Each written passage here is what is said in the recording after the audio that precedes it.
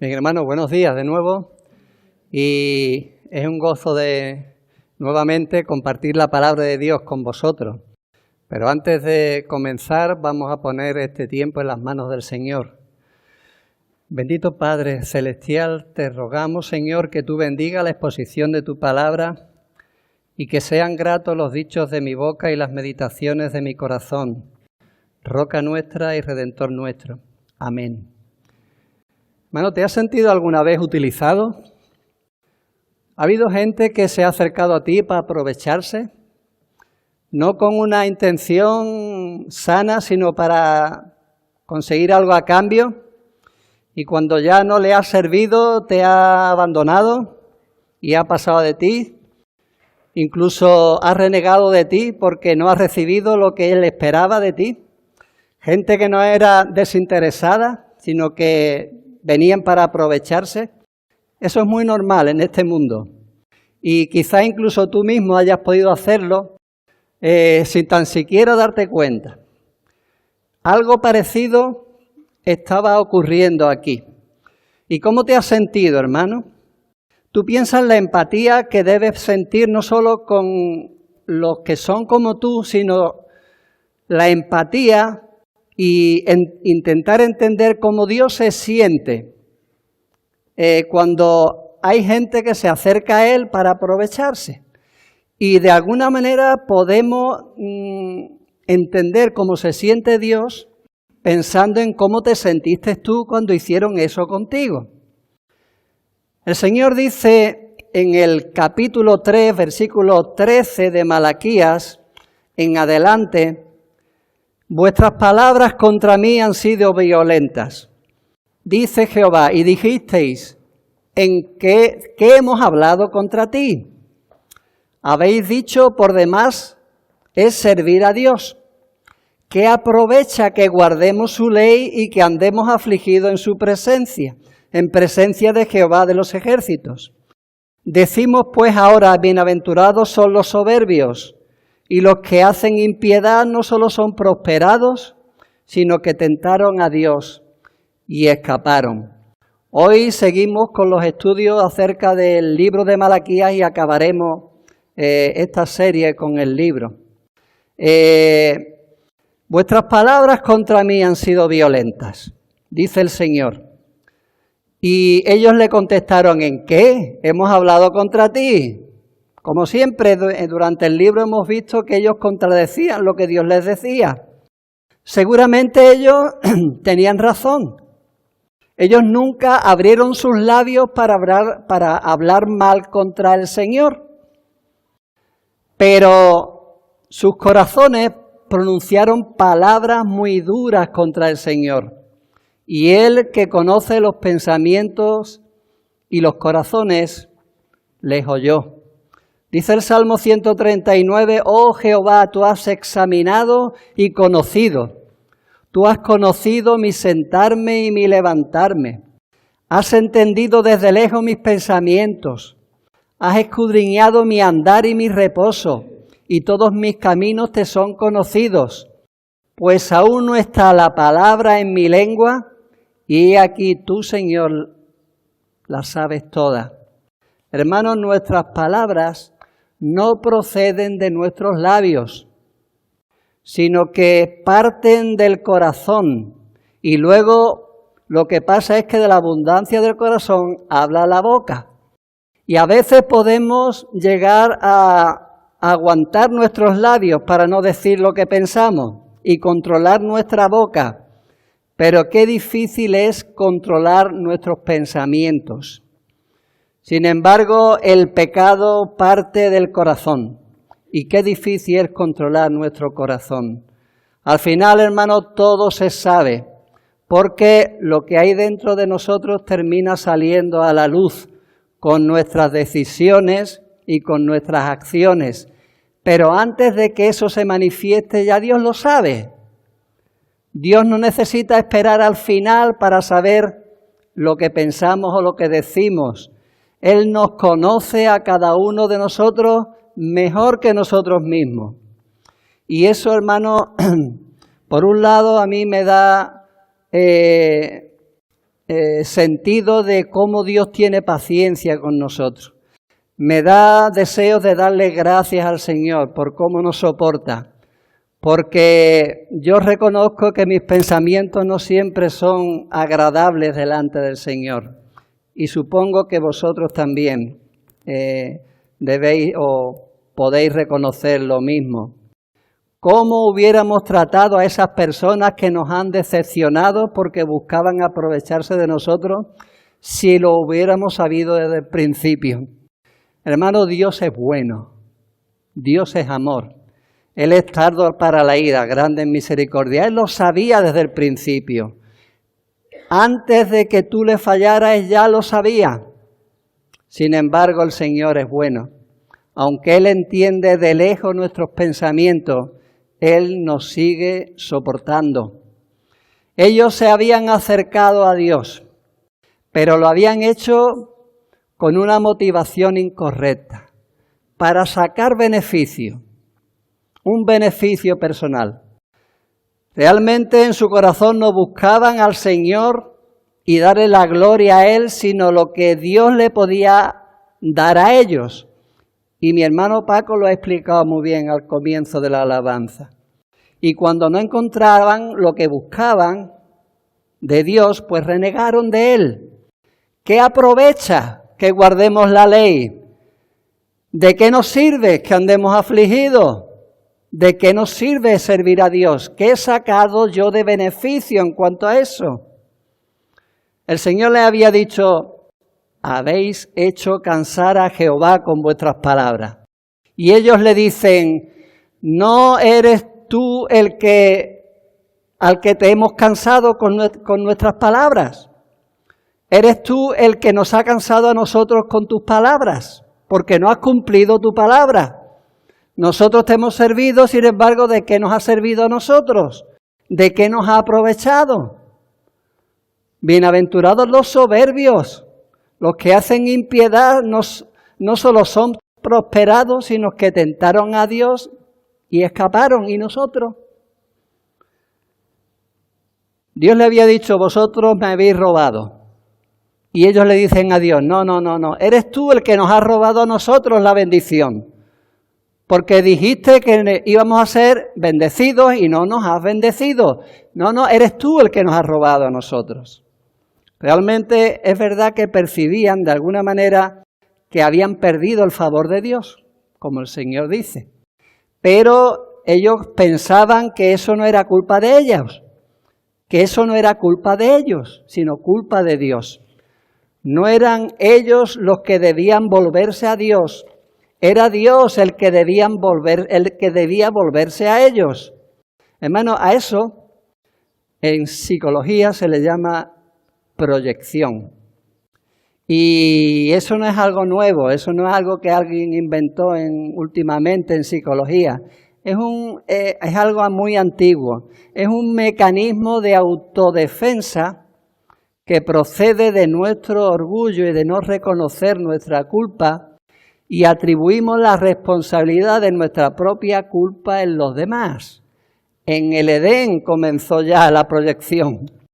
La mujer que me diste, el diablo me dijo, pero ¿y tú? No, la culpa es tuya, la mujer que me diste, Dios.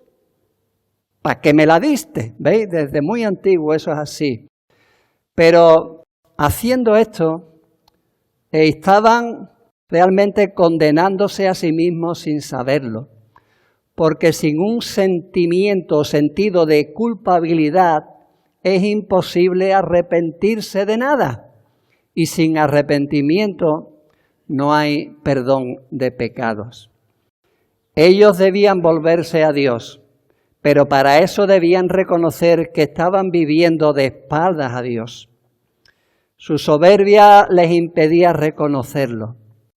Y esa falta de humildad les impedía reconocer que habían ofendido a Dios. Y decían: que hemos hablado contra ti. Recuerda la parábola del fariseo, ¿verdad? Y el publicano. ¿Recordáis lo que hacía el fariseo?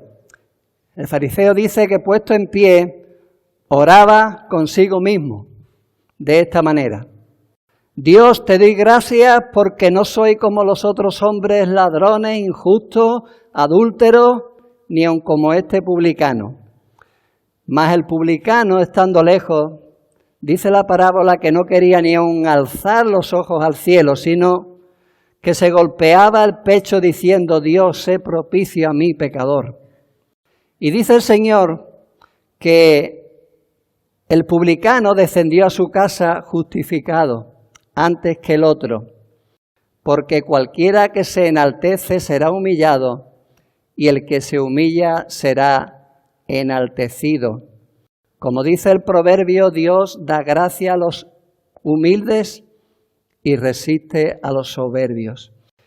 Ellos se encontraban en el bando de los soberbios, pero no se daban cuenta. Quisieron servir a Dios y guardar su ley, pero por motivos equivocados, para conseguir algo a cambio. Y como no había un auténtico arrepentimiento, pues lo fingían. Dice que ellos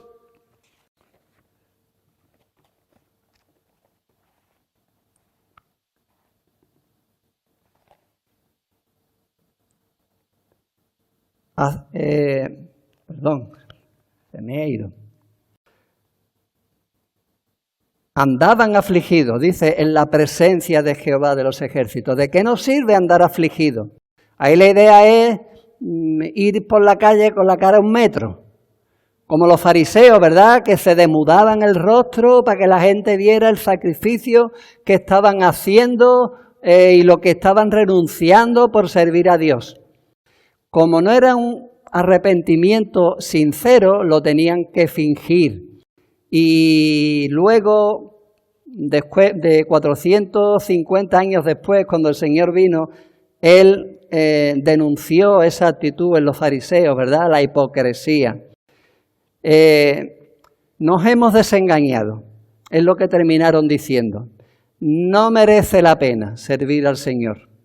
No merece la pena servir a Dios porque, aunque Él ha prometido bendecir a los que le sirven, al final no es así.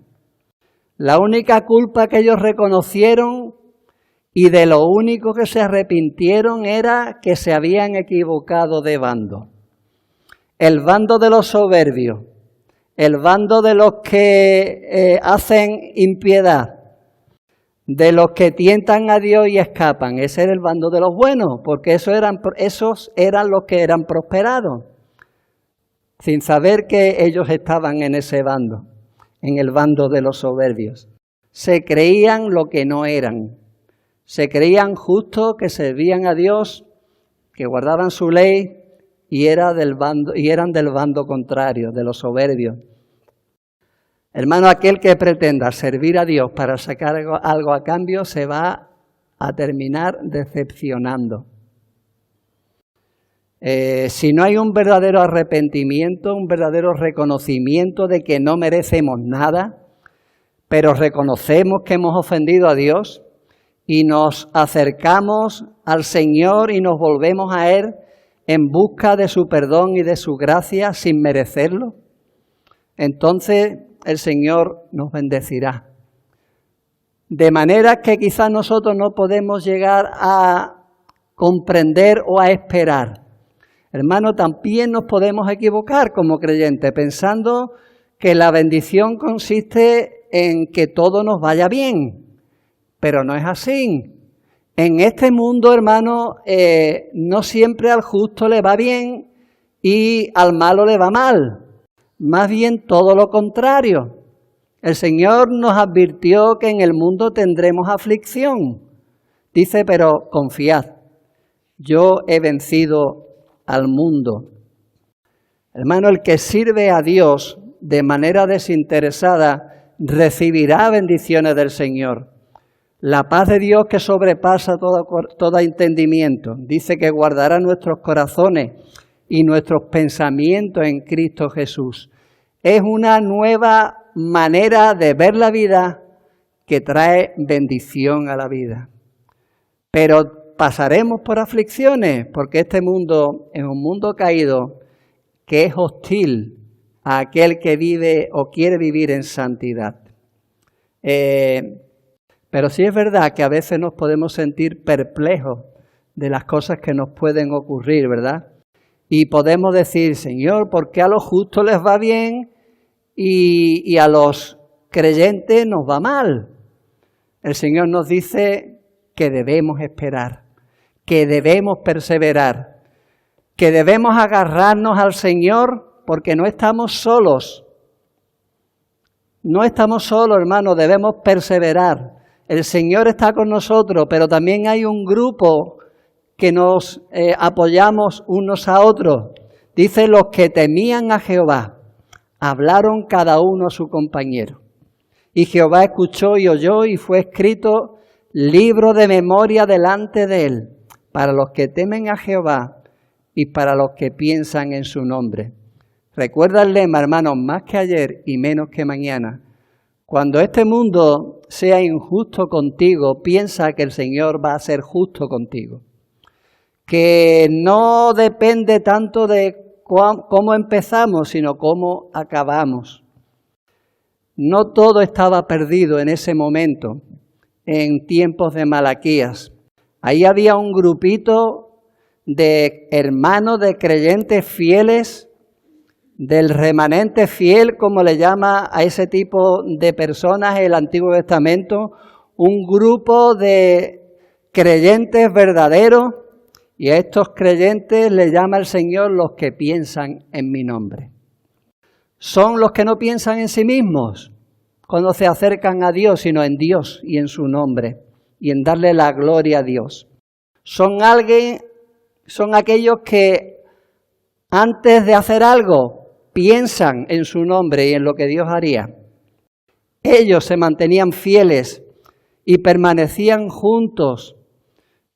Los que temían a Jehová, dice, hablaron cada uno a su compañero. Hermano, qué bueno es que aunque podamos a veces creer que estamos solos, no estamos solos, el Señor está con nosotros. Y hay un grupo de hermanos que también están con nosotros. Cuando Elías en la cueva dijo, solo yo he quedado, y aquí que procuran matarme, el Señor le dijo, no estás solo, yo estoy aquí contigo. Pero es verdad, allí había 7,000 que no habían doblado sus rodillas. Aunque Elías se creía solo, no estaba solo. Hermano, vosotros sois muy importantes para mí. Sois mis compañeros, sois mis hermanos.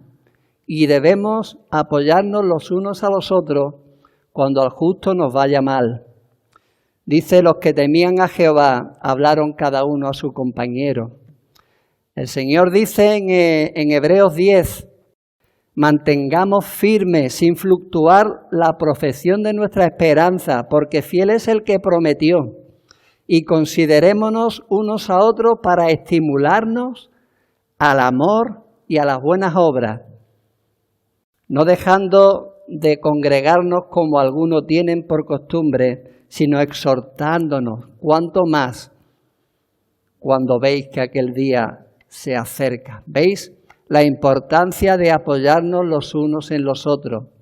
Pero también la importancia de saber que Dios no se olvida de nosotros.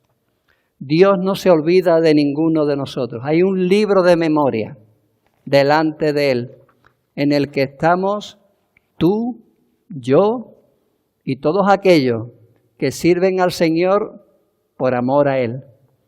Y tenemos que esperar que llegue ese momento en que el Señor ponga derecho lo torcido. Dice Hebreos 6:10, porque aún un poquito, y el que ha de venir vendrá, y no tardará, porque Dios dice, no es injusto para olvidar vuestra obra y el trabajo de amor que habéis mostrado hacia su nombre, habiendo servido a los santos y sirviéndoles aún. De la misma manera, hermanos, que ofender a Dios no tiene consecuencias inmediatas y los impíos pueden creer que no habrá consecuencias. Así, el servir a Dios tampoco tiene aparentemente consecuencias inmediatas, pero debemos perseverar y saber que el Señor nos va a bendecir en este tiempo y en el tiempo futuro. De la misma manera que el Señor prometió juzgar a aquellos que viven de espaldas a Él, Él ha prometido que no se va a olvidar de lo que hagamos por servirle. Dice que serán para mí, ese grupito, mi especial tesoro, en el día en que yo actúe. Y los perdonaré, como el hombre que perdona a su hijo que le sirve. Entonces dice, os volveréis y discerniréis la diferencia entre el justo y el malo, el que sirve a Dios y el que no le sirve. En aquel entonces vais a ver que sí que hay diferencia, pero para cuando llegue ese momento ya no habrá lugar para el arrepentimiento. Cuando el libro de memoria sea abierto delante de Él, los que hayan permanecido fieles y le hayan servido serán reconocidos como su especial tesoro, como sus hijos, aquellos a los que Dios ha perdonado. Dice que he aquí, viene el día ardiente como un horno, y todos los soberbios y los que hacen maldad serán estopa.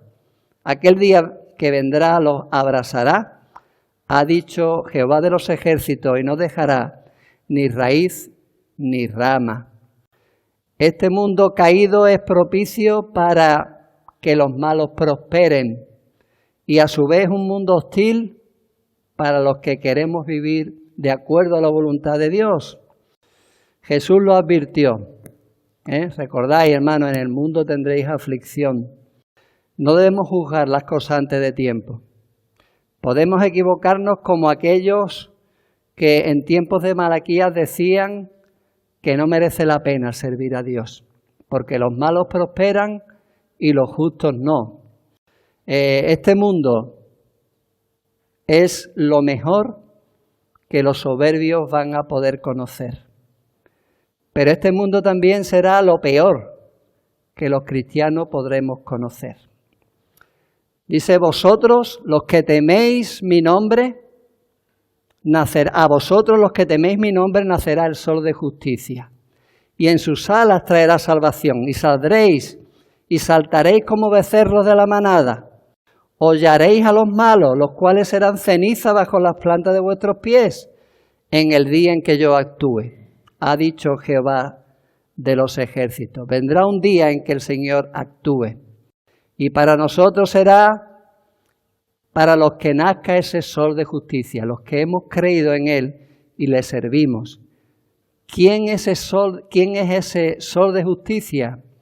Que aquí dice Malaquías que traerá en sus alas salvación.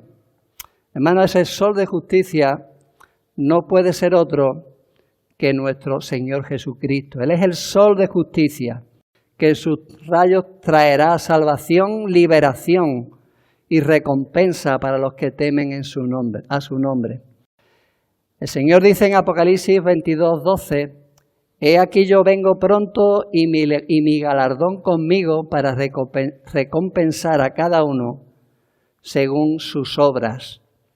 Yo soy la raíz y el linaje de David, la estrella resplandeciente de la mañana. Ese sol de justicia, hermano, que va a nacer con la mañana es Cristo. Aquellos que estaremos en ese cielo nuevo y en esa tierra nueva, donde sí morará la justicia, vamos a tener la oportunidad de ver salir ese sol. Aunque el sol no existirá más, sino que será Cristo el que verdaderamente alumbre nuestros corazones, porque Él es la luz del mundo. Ese mismo texto de Apocalipsis dice, bienaventurados los que lavan sus ropas para tener derecho al árbol de la vida y para entrar por las puertas de la ciudad. Recuerda, hermano, como Cristo en Malaquías se identifica como fuego purificador y jabón de lavadores. Él es el que va a limpiar nuestras ropas con su sangre. Es Él el que nos va a dar derecho a esa vida, a ese árbol de la vida. Así que ahora podemos responder a la pregunta, ¿merece la pena servir a Dios? Pablo dice que depende. Pablo a los corintios no le dice que sí. ¿Merece la pena servir a Dios? Pablo dice depende. 1 Corintios 15, 19. Dice, si en esta vida solamente esperamos en Cristo, somos los más dignos de conmiseración de todos los hombres. La Nueva Versión Internacional traduce más claramente y dice, si la esperanza que tenemos en Cristo fuera solo para esta vida, seríamos los más desdichados de todos los mortales. Es decir, si no hay otra vida, estamos haciendo el tonto, estamos perdiendo el tiempo, no merece la pena servir a Cristo. Si no hay otra vida, si solo tenemos esta, estamos perdiendo la única vida que tenemos. Porque si no hay castigo para el impío, si no hay recompensa y liberación para el creyente, entonces ¿de qué nos sirve? La conclusión es la que llega a Pablo. Comamos y bebamos que mañana moriremos. Hermano, ¿qué hacemos aquí? Estamos perdiendo el tiempo. Pero sí hay otra vida. Sí hay una liberación. Y Cristo es el que marca la diferencia en eso. Si Cristo no resucitó, entonces no hay resurrección.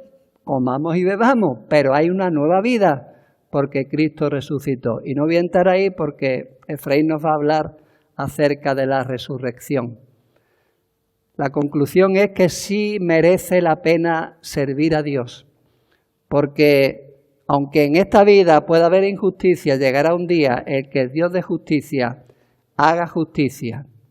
Y es hermoso, hermano, pensar que los pecados tan graves que Dios condena aquí no son sino una palabra de ánimo para aquellos que viendo esos pecados estaban sufriendo y esperaban que el Señor hiciera justicia. El Señor les dice que lo va a hacer, pero también son palabras de ánimo y palabras de, digamos, de oportunidad para aquellos que vivían de espaldas a Dios, se volviesen a Él.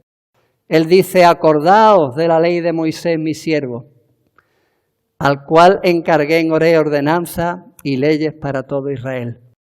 Le está diciendo, en lugar de vivir una religión muerta, ellos debían acordarse de la palabra de Dios y volver a las condiciones del pacto.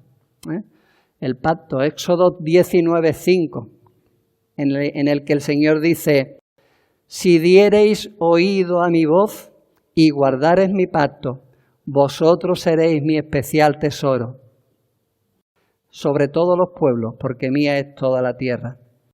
El mensaje de Malaquías acaba diciendo, he aquí yo os envío el profeta Elías, antes que venga el día de Jehová grande y terrible. Él hará volver el corazón de los padres hacia los hijos y el corazón de los hijos hacia los padres, no sea que yo venga y hiera la tierra con maldición. ¿Veis, hermanos? Son palabras de gracia, son palabras de esperanza, de oportunidad para el arrepentimiento. Dios seguía extendiendo sus manos todo el tiempo a ese pueblo rebelde y contradictor. Y ese profeta Elías, que iba a venir antes de ese día de Jehová grande y terrible, donde ya no habrá lugar para el arrepentimiento, era Juan el Bautista. Lo hemos visto, el hermano Eloy nos lo está predicando. ¿Recuerda cuando el ángel anunció a Zacarías el nacimiento de su hijo Juan? Dice que iría delante de él con el espíritu y el poder de Elías, para hacer volver los corazones de los padres hacia los hijos y de los rebeldes a la prudencia de los justos y preparar para el Señor un pueblo bien dispuesto. Citando esta profecía de Malaquías. Y el mismo Señor Jesucristo identificó a Juan como ese Elías que iba a venir.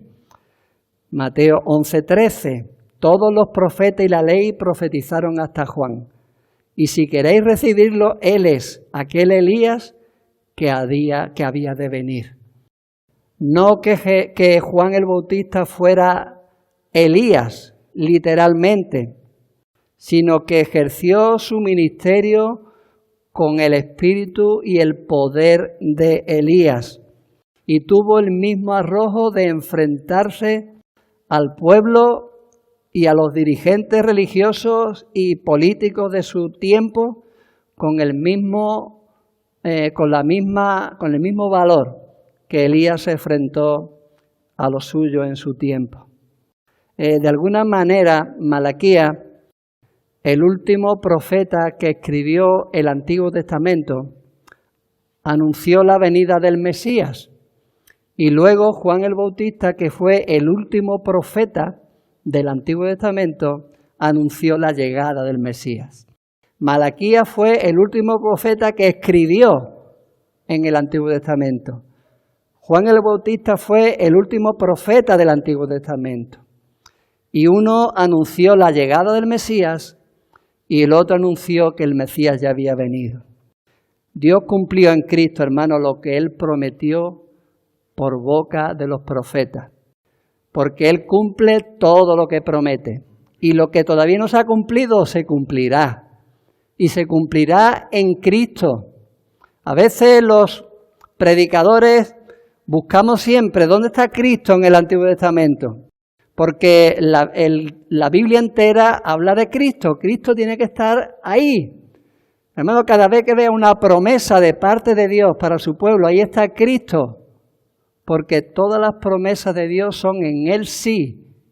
En Cristo sí y en Él amén. Pasaron muchos años, más de 400 años. Pero no fueron, hermanos, años de silencio. No me gusta esa palabra. Es verdad que no hubo más palabra inspirada desde Malaquías hasta que el ángel Gabriel anunció el nacimiento de Juan el Bautista. Pero la palabra de Dios seguía hablando. La palabra del Señor seguía hablando a ese pueblo. Porque la palabra de Dios es viva, Él sigue hablando. Igual que no hay 2000 años de silencio desde que Juan escribió el Apocalipsis hasta nosotros. Hermano, el Señor sigue hablando. ¿Recordáis lo que el Señor le contestó? Abraham le contestó al rico, cuando estando ya en ese lugar de tormento le dijo: Señor, envía a Lázaro a mi casa para que le abra a mi padre, a mis 5 hermanos. ¿Qué le contestó Abraham? A Moisés y a los profetas tienen, óiganlos. No había silencio, el Señor seguía hablando por medio de los profetas. Y Hebreos 1:1 dice que Dios, habiendo hablado muchas veces, de muchas maneras, en otro tiempo a los padres por los profetas, en estos últimos tiempos nos ha hablado por medio de su Hijo. El Señor sigue hablando, igual que le siguió hablando a ellos. Sigue diciendo a este mundo que vive de espaldas a Dios: volveos a mí, y yo me volveré a vosotros.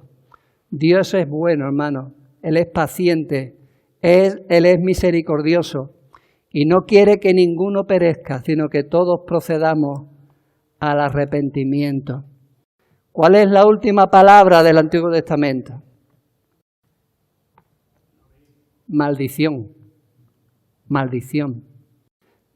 Pero no es la última palabra de Dios para este mundo, hermanos. Las últimas palabras del Antiguo Testamento no son palabras de maldición, aunque la última palabra sea maldición.